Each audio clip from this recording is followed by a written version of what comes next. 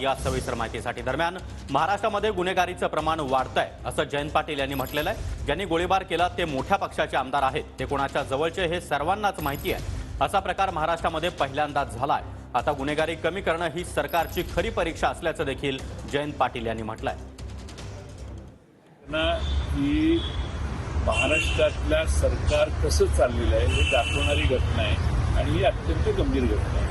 आणि करणारे जे आहेत ते महाराष्ट्रातल्या सगळ्यात मोठ्या पक्षाचे आमदार आहेत आणि ते कुणाच्या जवळचे आहेत हे तुम्हाला माहिती आहे। आता राजकीय अभिनिवेश, राजकीय मानसिकता एवढी बळावलेली आहे राजकारणात की कुठेही जाऊन आपण काही करू शकतो।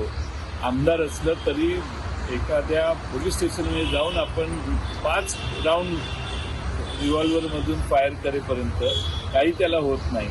ही अत्यंत दुर्दैवी आहे असं भारतात आणि भारतात होत असेल उत्तर प्रदेशमध्ये आणि बिहारमध्ये, पण महाराष्ट्रात असं कधीच झालेलं नाही, ते आज झालेलं आहे।